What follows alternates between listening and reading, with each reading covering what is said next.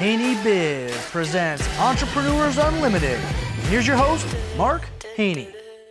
All right, and we are back here on KHDK Facebook Live with Curt Rocca, founding partner of DCA Capital, a private equity company. How you doing today, Curt? Doing great, Mark. Thanks for having me. You bet. I appreciate you coming down on a Saturday morning, sharing your knowledge of business and entrepreneurship.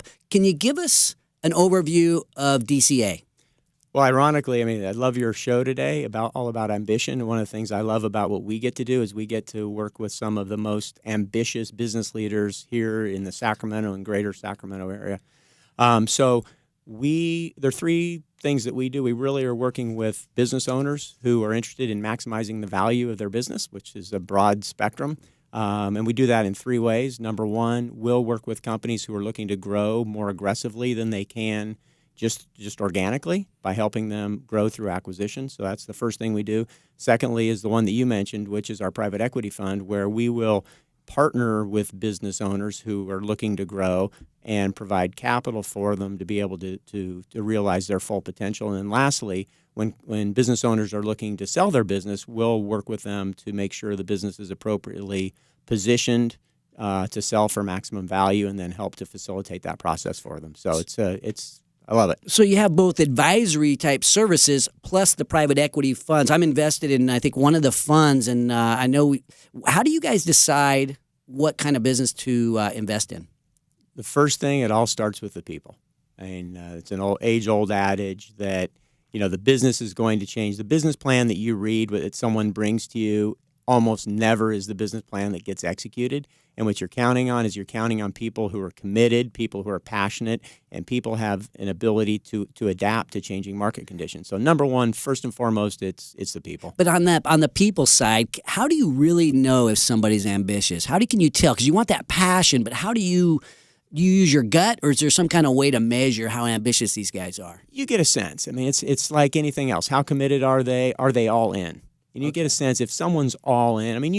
Yeah. You've done it your whole life. If people are talking about retirement over the next couple of years, that might not be the guy. Because typically you guys are coming in. You guys have a differentiated model, from what I can tell. You're investing as a minority shareholder versus coming in and trying to take over the company. Right. And so how you need the management to stick around to help drive that. We do, but one of the ways that we can do it, if people are early in their career, it's interesting. And as people evolve through their lives and through their careers, their ambition changes form in a lot of ways. And the analogy that my partner Steve and I use a lot of times, and being an athlete, you'll remember playing around the world. Yes, in basketball. Yes, right. And you make the shot. And you I go was to the not next very spot. good at around the world. I was more of a defensive guy. But you go to the next spot, and then you could chance it, right? And if you miss it when you chance it, you go back one spot, and then if you miss that, you can what they call life it. And if you miss the life shot, then you have to go all the way back. That to the was beginning, horrible too. Right? But the first couple spots, you always life it because you're not going back that far. Oh yeah. Right. But you get all the way down to one side, and then you start coming back the other side, and pretty soon you'll chance it because you only move back one spot, but you don't life it anymore. Yes. And I think what we find is people apply that same kind of thought process to their careers. As they get further and further closer to kind of having it made, whatever that means to them, they're less likely to take risks. And one of the things that we can do with our capital is we can come in and put some capital into the business that'll help the business grow, but we can also give the business owner a little bit of capital that they can, put aside into a 401k or into some type of separate fund, so that they know they're never going to have to go back to the beginning. Yeah. And that gives them the comfort to sort of reinvigorate that ambition and that passion, because now you're asking about fear earlier, right? They don't have the fear of having to start all over at 52, 53, 56 years old. They know they have enough set aside that they're going to be okay. Wow, what a great concept. I love that. And is there a case study that you could share with us? Like, what's it? Okay, so some guy that maybe has a $2, $3, $4, $5 million business, I'm growing. Maybe I'm thinking about private equity when I get to a certain size. I know you guys invest into companies that are, $10 million and above typically. But what happens in that transaction? What would actually happen to the business owner? Well, they come to us. We go through a due diligence process. We put some money in, and at that point, one of the things that we're really passionate about is alignment of interests. So we make sure that we are fully aligned with the owner managers that we partner with, and then at that point, we are their partner. We're incentivized to do everything we possibly can to help them maximize the value of the business. So the capital is one part, but it doesn't just start with the infusion of capital. It's really about how can we now work hard to maximize the value over the next 5 years. Because typically our holding period is 5 years, and then we'll work with them, and then we'll also help to position the company because of our expertise there on the advisory business. We'll work with them to make sure the business is well positioned to sell at that 5-year time frame. Yeah, what an advantage to have a company that has the advisory services sort of built in. You're not going out necessarily to hire consulting services every time you invest into one of your portfolio companies. You guys actually add value because you and Steve and your other partners are entrepreneurs. And so I wanted to kind of bounce back in time a little bit. When you started the company, when you started DCA, how did you get it going? Well, my background was as an operator. I loved growing businesses and grew a number of them. And one of them I had the privilege of taking public and ran it as a public company until we sold it to another larger public company. And then ran a venture-backed or a private equity-backed consolidation in the healthcare space that was headquartered out of Florida, and spent an immense amount of time traveling and didn't want to have my kids grow up without me, and so decided to do something that allowed me more opportunity to sleep in my own bed. But along the way of growing the businesses, there were a number of times I reached out to try to find someone that provided the types of services that DCA now provides, and became very frustrated in my inability to find anybody to help me. Because at the time, I was running a public company at 28 years old. I knew enough to know I didn't know what I was doing, but unfortunately, I couldn't really find anybody here in the Sacramento region that could help me in a meaningful way. And so when we sold the last company in December of 2000, and reflecting back on that experience, I said, gee, it feels like there's a market need here. Let me hang up a shingle and find out if that's right. Well, it looks like it's working out very well for you and your partner. So you brought in some partners, you've grown the company, you've started some different funds, you've got the advisory services. Isn't this an area where there's heavy competition in the Sacramento area for venture, or is it easy to find companies?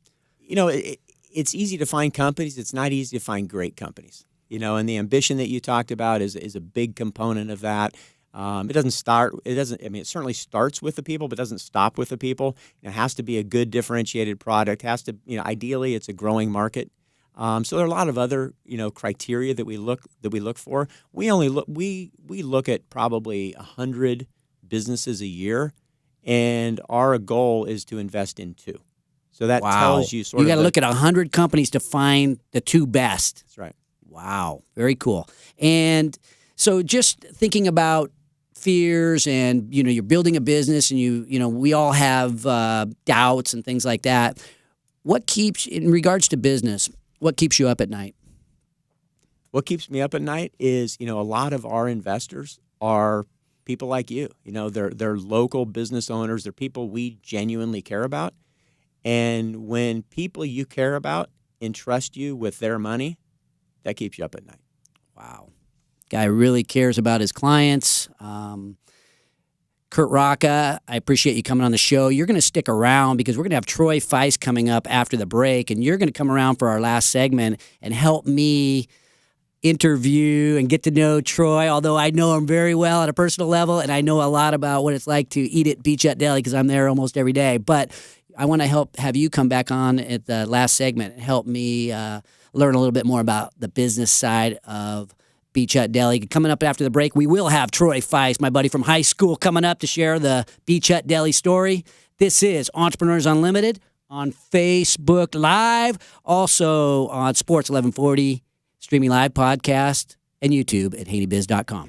All right, and welcome back. I have been waiting for this moment for the last 42 weeks. I finally got Troy Feist, my buddy from high school, finally got one of the most successful entrepreneurs of our generation in Sacramento, of Oakmont High School, for sure, on the show. Welcome, Troy. You're the founder of Beach Hut Deli, and I just want to thank you for coming on the show today. Well, Mark, thank you, man, a lot for the invitation. I know, like I said, it's been 42 weeks, and I'm not a limelight guy.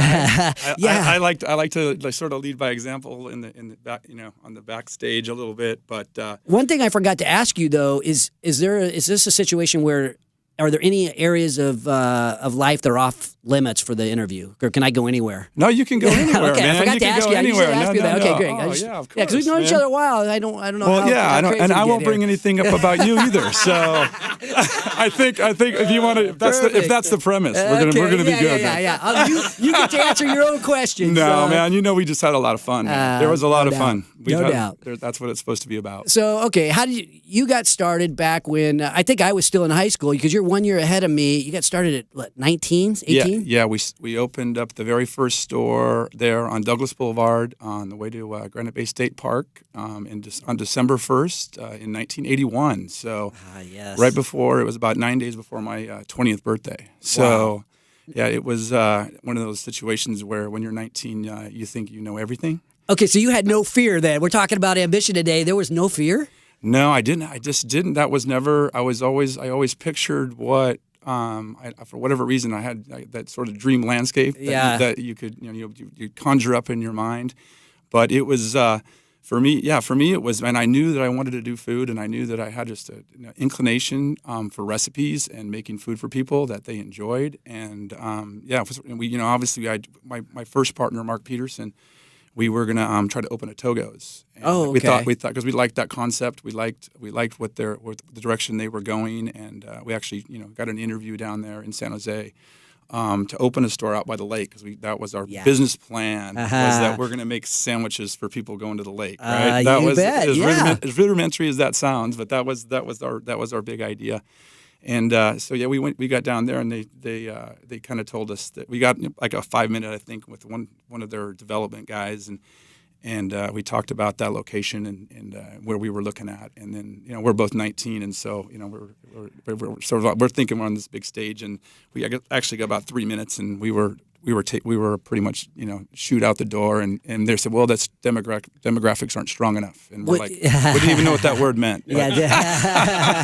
Now you come from a successful family. Your dad was the principal of our school and became superintendent and had a lot of success. Your two sisters are highly successful, and you have built how many restaurants now? Well, right now there's 41, and then we have 9 in the pipeline that'll be open before the end of the year. Okay, so like 50 something. Yeah, there'll be over 50. Wow. Did you open in Vegas recently? The Vegas store opened about 5 years ago now. Oh, okay. We're out there. We're out on the edge of Henderson. We have some guys out in Vegas because we're in the gaming business, and so they love Beach Hut, and they told me to mention it on the show. Great! I'm glad they got to experience it. And I have some other friends from high school saying Troy's coming on the show. They're excited, but I remember. You came into our TV shop. My dad had a TV shop when we were kids, and you bought your first television, one of those Sanyo front projection fold-out things. Yeah, 50-inch front projection. Man. I was there at the beginning. That's right, you were. The Haney family definitely helped me get started, and that was one of the first restaurants that sort of that embraced the sort of having the TVs for sports on. Besides. The little TV that was in some dive bars or something like that. We kind of decided that that the patrons would enjoy being able to watch sports and music videos too. Back in the MTV days, back in the early '80s. Yeah. Now you mentioned that you're a food guy, and your sandwiches are great. You've got great salads. I like to go in there for the salads. I know you guys have craft beer. What's the hottest item on the menu? It can't be the surfing bird. Well, it's pretty crazy, but that recipe last year, Velocity, reports that we did, that was 63% of every sandwich that we sold was a surfing bird. So wow, and that's got the turkey and the avocado and bacon and cream cheese. Yeah, it's very healthy from what I understand. That bacon and that cream cheese, man. The more of that you can eat, the better you are. Yeah. But you introduced salads, which was and sliced wheat bread that's kind of on the healthy side. So I mean, it's kind of become a regular for me. Every time I go somewhere, hey, you want to meet somebody, whether it be after work. In fact, Curt and I met over at a Beach Hut not too long ago and had a cold beverage. We love hanging out there. I mean, it's become more healthy. Well, yeah, because what we did is we expanded down into the Southern California market. So we opened our first store down in Orange County, Newport Beach, and right away within the first 2 months, our operations manager, Christiane Thompson, down there. She goes, Troy, everything's going really, really well. The guys are loving our food. They're loving our sandwiches. They're loving the beer. And the women are loving having a glass of wine, but they're not eating. Yeah. The women aren't having any. So I'm a chick. I guess I'm going to get the salad. And at the time, we only had the chef salad on the menu. So, that's right. So Christiane, we call her Pun. She's our Southern California operations manager. She's been with us for about, well over 20 years. So she says she came up, and we talked about it, but she came up with about 5 recipes for salads that were basically just variations of our sandwiches, but on romaine and spinach and iceberg. And so all of a sudden now, so now we got fresh salads that we added, and now that's a chain-wide thing, and that's been coming on for us as a product line. So what's the key? I'm going to try to switch, kind of go back a little bit. You started your business at 19. Now you've got 40-something businesses on your way to 50+. A lot of people at 19 are still not sure what they want to do with their life. They're still kind of staggering around, stumbling around with, trying to decide. You were ambitious enough to go for it. You've continued to press and grow. What's the key to your ambition? Well, and I know we've been talking about this ambition, and for me, ambition really is passion. Passion is if that's something that you really can't fake every day. I mean, you have to really feel something in your heart, and when you're passionate about something, man, and you go do it, you never work a day in your life. You really don't, man. And that's the thing that I think separates the people that want to create that ambitious dream landscape or whatever you would like to call it, but. As far as passion's concerned, I've never lacked that, and I've had that, and that's why there's really been no fear, right? Because if I'm doing what I love every day, and if it does blow up, I'll just go do something. I'll do a variation of it and do it again and call it something else because I know that I'll be able to make it back. I love that attitude because our time has value, right? And it's part of what we invest into our business. But if you feel like you've never worked a day in your life, then that's not like anything extra. You're doing what you love. You're investing into what you love doing. I've really truly created a lifestyle around a business. And that's what Beach Hut, the culture of Beach Hut is really the brand, and the brand is the culture. And so those are the people that I get to work with every day. And so really it's not work. Like I said, I get to hang out with every day, and we get to make whatever they want to call them, decisions or strategic management or whatever. It ends up just being fun. We get to have a lot of fun. When we come back, we're going to talk a little bit more about that culture and how you guys make it fun. It's fun for the clients. It's fun to be a Beach Hut team member. We're going to talk about that, and I'm going to bring Curt Rocca back on from DCA Capital, and we're going to dive a little bit deeper into the business side, dive a little bit deeper into ambition. This is Mark Haney on Entrepreneurs Unlimited, Facebook Live. Also on Sports 1140, KHTK, streaming live, podcast, and YouTube at haneybiz.com. Tens, right? We didn't really go through the exercise with them. But at home, if you're listening at home, if you were a 9 or a 10, here's my suggestion. If you are a 9 or a 10, I think you should consider becoming an entrepreneur or a CEO because you're an ambitious guy. If the people that are closest around you are telling you that your ambition is at that level, then, maybe you should become an entrepreneur. Maybe you should become a CEO of a company. If you were a 7 or 8, I would suggest consider being an entrepreneur, but maybe find a business partner like I have done to help me to reach my dreams. So find a business partner. If you were a 5 or a 6, I think you might, we're in a government town, which is helpful here in Sacramento. You might think about a state job or a government job or a corporate career and maybe not set your sights on an entrepreneur, at least not a big-time entrepreneur. Right, so, some sense of security. Yeah, right? exactly. Some sense of security. And I'm kind of joking with that, too. I say that with jest because I have a lot of friends that work for the government that are great buddies of mine. But if you were a 3 or a 4, I would say get a job. If your friends are telling you and your mom and dad are telling you that you're, that level of ambition, I say go get a job. You probably do not even have a job yet. And if you're a 1 or a 2, I suggest that you never leave the state of California. Do not leave our state because we will take care of you here in California. You can. That's how we roll. You're welcome.